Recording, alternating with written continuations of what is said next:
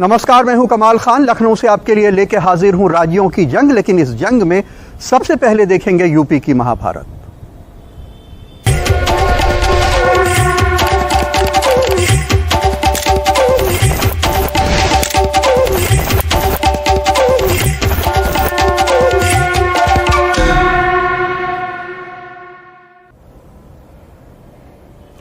BJP में भगदड़ का सिलसिला जारी है। आज बीजेपी के यानी योगी मंत्रिमंडल के तीसरे मंत्री दारा सिंह चौहान, धर्म सिंह सैनी ने इस्तीफा दे दिया। इस तरह 3 दिन के अंदर 7 विधायक और 3 मंत्री इस्तीफा दे चुके हैं। बीजेपी का कहना है कि इनमें से ज्यादातर लोग वो हैं जिनका टिकट पार्टी काट रही थी। योगी सरकार के आयुष मंत्री धर्म सिंह सैनी भी आज बीजेपी छोड़ समाजवादी पार्टी में शामिल हो गए। धर्म सिंह सैनी पिछड़ी जाति से आते हैं। धर्म सिंह सैनी सहारनपुर की नकुड़ सीट से एमएलए हैं। सैनी 2002, 2007 और 2012 में बीएसपी से चुने गए।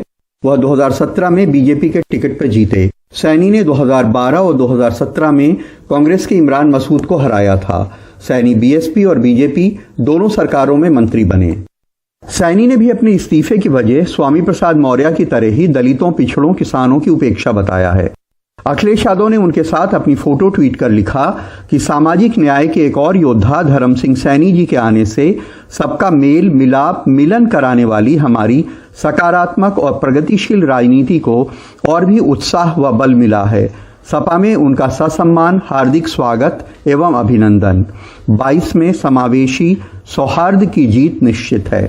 सबसे पहले बीजेपी छोड़ने वाले मंत्री स्वामी प्रसाद मौर्य का बंगला इस दल बदल का केंद्र है। सुबह से ही यहां तमाम तरह के असंतुष्टों की भीड़ लग जाती है। औरैया के विधूना से विधायक विनय शाक्य भी आ जाए और बांदा की तिंदवारी सीट के ब्रजेश प्रजापति भी। लेकिन आज सबसे पहले इस्तीफा देकर यहां पहुंचे फिरोजाबाद की शिकोहाबाद सीट से बीजेपी एमएलए मुकेश वर्मा। ये बाबा नहीं बवाल हैं, ये भाजपा के काल हैं। दलितों के साथ, पिछड़ों के साथ, शोषितों के साथ, इवन दैट स्टूडेंट के साथ भी, किसानों के साथ, जो उनका हक था, जो उन्हें मिलना चाहिए था, इन्होंने केवल और केवल उनका लिया, उन्हें कुछ नहीं दिया, कुछ भी नहीं दिया। स्वामी प्रसाद मौर्य का दावा है कि आने वाले दिनों में बड़ी तादाद में बीजेपी मंत्री और विधायक पार्टी छोड़ देंगे। मैं ऐसा बैटिंग करूंगा कि भारतीय जनता पार्टी के बड़े बड़े दिग्गज सबको जीरो पे आउट करके उनको उत्तर प्रदेश से बाहर करने का काम करूंगा। पिछले 3 दिनों में बीजेपी के 3 मंत्रियों, 7 विधायकों ने बीजेपी छोड़ दी है। 11 जनवरी को मंत्री स्वामी प्रसाद मौर्य, एमएलए भगवती सागर, एमएलए रोशन लाल वर्मा और एमएलए ब्रजेश प्रजापति। 12 जनवरी को मंत्री दारा सिंह चौहान, एमएलए अवतार सिंह भड़ाना। 13 जनवरी को मंत्री धर्म सिंह सैनी, एमएलए विनय शाक्य, एमएलए मुकेश वर्मा और एमएलए बाला अवस्थी ने पार्टी छोड़ी। दरअसल बीजेपी ने अपने विधायकों की जीतने की संभावना पर 3 सर्वे कराए हैं। इनमें प्रदेश बीजेपी के अलावा केंद्रीय बीजेपी के सर्वे भी हैं। पार्टी पहले 150 विधायकों के टिकट काटना चाहती थी, लेकिन नए हालात में 30 से 50 विधायकों के टिकट कटने की उम्मीद है। कुछ ऐसे लोग भी इस भगदड़ में जा रहे हैं जो अपने अपने क्षेत्रों में बहुत लोकप्रिय हो गए हैं और बाकायदे उन्हें मालूम हो चुका है कि भाजपा उन्हें टिकट नहीं देने जा रही है। कई केंद्रीय नेतृत्व ने उनको बुला के कह भी दिया है कि आप तलाश दीजिए अपनी जगह, तो वो लोग भी जा रहे हैं। लेकिन यदि इस तरह के लोगों को समाजवादी पार्टी टिकट देगी तो निश्चित रूप से उसका नुकसान ही होगा। इस्तीफे अगर चुनाव के टाइम पे हों तो जाहिर है कि उसके ऊपर कई सवाल उठते हैं, लेकिन ये भी सच है कि इतने बड़े पैमाने पे पिछड़े तबके के मंत्रियों और विधायकों के बीजेपी छोड़ के दल बदल करने का असर जरूर होगा। लखनऊ में कैमरामैन राजेश गुप्ता के साथ कमाल खान, एनडीटीवी इंडिया। नेताओं के बारे में एक शेर है, अगर उसे थोड़ा सा पलट दे तो कुछ यूं हो जाएगा कि सियासत की भी एक अलग जुबान होती है, करे जो इनकार तो इकरार समझना। धर्म सिंह सैनी जो यूपी कैबिनेट के मिनिस्टर थे अभी तक, वो कल तक वीडियो जारी करके बयान देके कह रहे थे कि मैं बीजेपी में रहूंगा, बीजेपी का सिपाही हूं, कहीं नहीं जाऊंगा। आज उन्होंने बीजेपी छोड़ दी। हमारे सहयोगी सौरभ शुक्ला ने उनसे बात की तो कहने लगे कि मैं इस्तीफा देने के लिए सही समय का इंतजार कर रहा था। परसों आपका एक वीडियो आया था कि मैं इस्तीफा नहीं दे रहा हूं। जब स्वामी प्रसाद मौर्य गए फिर उस इस्तीफे के बाद आपका नाम चर्चा में था, फिर इस्तीफे आपने बोल दिया मैं नहीं जा रहा हूं बीजेपी में, तो बीजेपी भी आश्वस्त हो गई। तो क्या आपने बीजेपी को चकमा देने के लिए वो वीडियो जारी किया था या फिर उस समय तक आप नहीं जा रहे थे? नहीं, उस समय तक मौर्य जी ने मुझे कहा नहीं था। जब आदेश हुआ हमने वो क्या पार्टी छोड़ दी। जब आदेश यानी स्वामी प्रसाद मौर्य, अच्छा आप अखिलेश जी ने आपकी मुलाकात हुई अखिलेश जी से, क्या बात की अखिलेश जी ने आपसे? अखिलेश जी ने मुझे बुलाया था मैसेंजर भेज करके कि आप अगर उचित समझे तो हमारे साथ आ जाएं और हम आपको भरपूर सम्मान देंगे और पिछड़ों दलितों का पूरे तरीके से जो आप कहेंगे उसका पूरे तरीके से पालन करेंगे। यूपी चुनाव के लिए कांग्रेस ने 125 उम्मीदवारों की लिस्ट जारी कर दी है। इनमें 50 महिलाएं हैं। इनमें रेप पीड़ित महिलाएं, सताई हुई महिलाएं बहुत सारी शामिल हैं। प्रियंका गांधी ने कुछ महिलाओं के नाम का जिक्र करके उन्हें टिकट देने की वजह भी बताई। इनमें उन्नाव की रेप पीड़िता महिला की मां का भी टिकट है।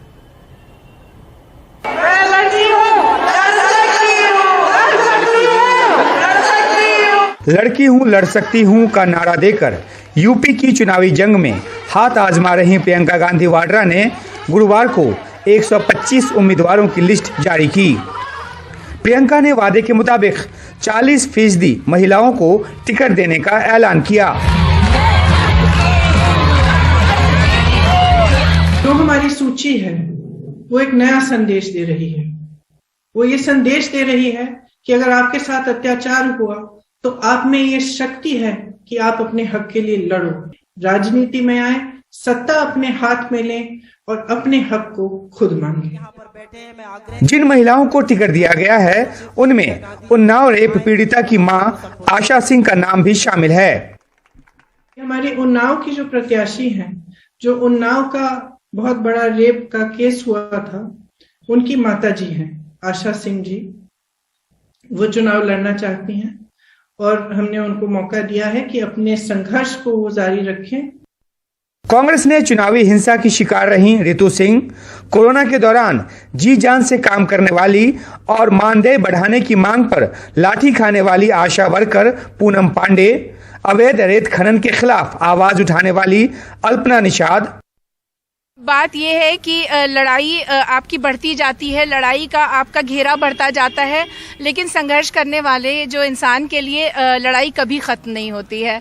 तो हो सकता है कि मेरे लड़ाई का एरेना बड़ा हो गया है, लेकिन लड़ाई अपनी जगह मौजूद है और लड़ा जाएगा। 40% महिलाओं को सीटें दे करके कांग्रेस ने एक अच्छी नई पहल की है, लेकिन उत्तर प्रदेश में जातिगत और धर्म आधारित राजनीति हावी है।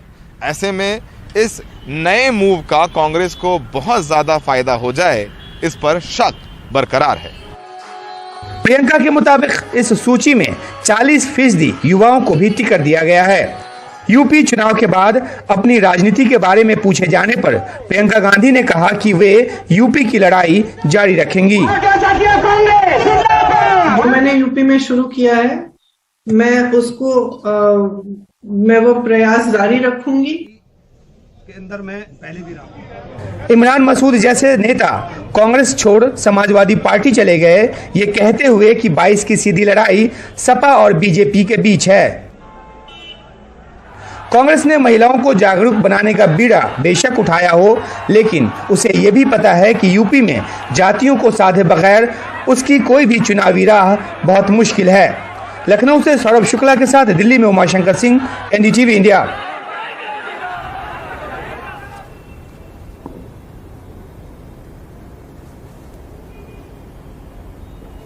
यूपी चुनाव को लेकर के बीजेपी की कोर कमेटी की मीटिंग 2 दिन चली। आज चुनाव समिति की भी बैठक हुई, जिसमें प्रधानमंत्री खुद भी शामिल हुए। बताया जा रहा है कि बीजेपी ने 172 सीटों पे अपने उम्मीदवार तय कर दिए हैं।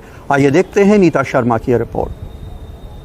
आज की इस बैठक के माध्यम से जो 172 सीटों को लेकर चर्चा हुई, बहुत सार्थक हुई और भारतीय जनता पार्टी शानदार विजय, जैसी विजय हमने 2017 में प्राप्त की थी, उससे भी शानदार विजय हम 2022 में प्राप्त करेंगे। 2 दिन चली कोर कमेटी और फिर केंद्रीय चुनाव समिति की गुरुवार की बैठक के दौरान यूपी के उप मुख्यमंत्री केशव प्रसाद मौर्य के पास इससे ज्यादा कुछ कहने को नहीं था।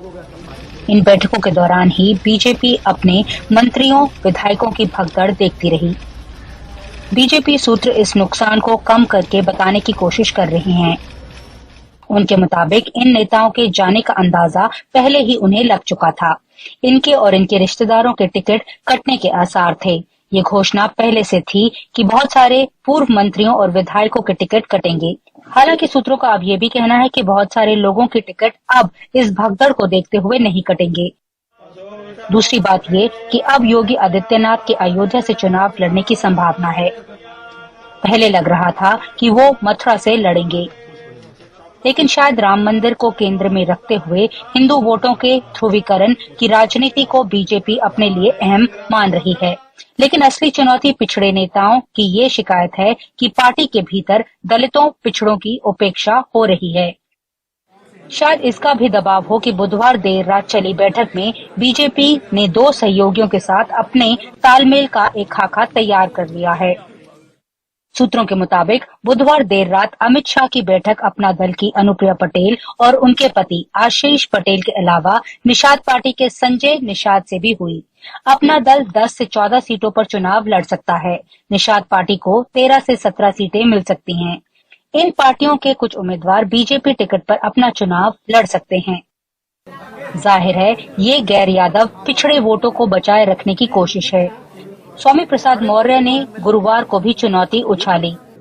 जो दूसरों का हक निगले, जो अनुसूचित जात जनजाति का आरक्षण अजगर की तरह निगल जाए, जो पिछड़ों का आरक्षण सीधे सीधे मस्त होकर के चट कर जाए, स्वाभाविक रूप से ऐसे नाग रूपी आरएसएस और सांप रूपी भाजपा को स्वामी रूपी नेवला उत्तर प्रदेश की धरती से खत्म करके ही दम लेगा। फिलहाल 10 और 14 फरवरी को होने वाले पहले 2 चरणों के चुनाव के लिए बीजेपी उम्मीदवार तय कर चुकी है। सवाल है इस दौरान बदले हुए हालात से निपटने के लिए वो अपनी रणनीति का क्या कोई बदलाव करेगी।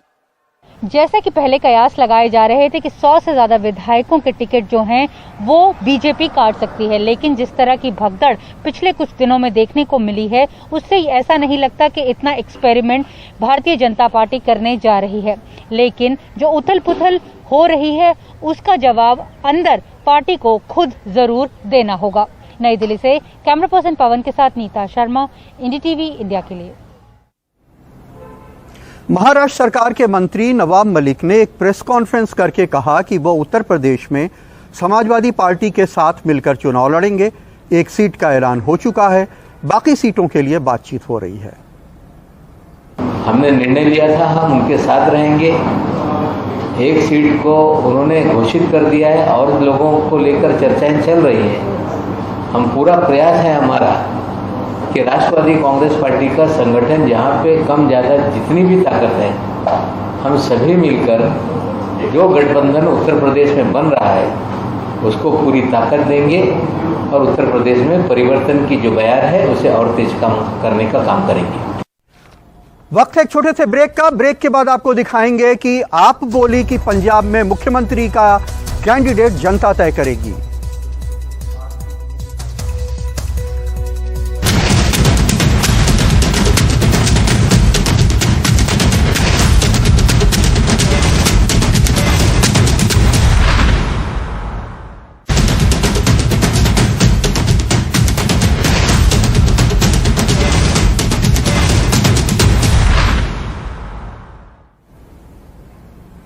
उत्तर प्रदेश विधानसभा चुनावों के लिए समाजवादी पार्टी आरएलडी गठबंधन की पहले फेज के चुनावों की सूची जारी हो गई है। 20 सीटों के लिए उम्मीदवारों का ऐलान किया गया है, जिनमें से 12 सीटें आरएलडी लड़ेगी और 8 सीटें समाजवादी पार्टी लड़ेगी। समाजवादी पार्टी के नाहिद हसन, प्रसन्न चौधरी माफ कीजिएगा, राष्ट्रीय लोकदल के हैं। पंकज मलिक चुनाव लड़ रहे हैं। पुरकाजी से अनिल कुमार राष्ट्रीय लोकदल के चुनाव लड़ रहे हैं।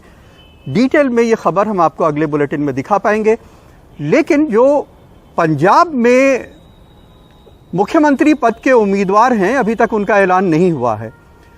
आप अभी तक इसको लेकर टालमटोल करती थी, लेकिन अब ये कह रही है कि ये जनता तय करेगी कि मुख्यमंत्री पद का उम्मीदवार कौन होगा।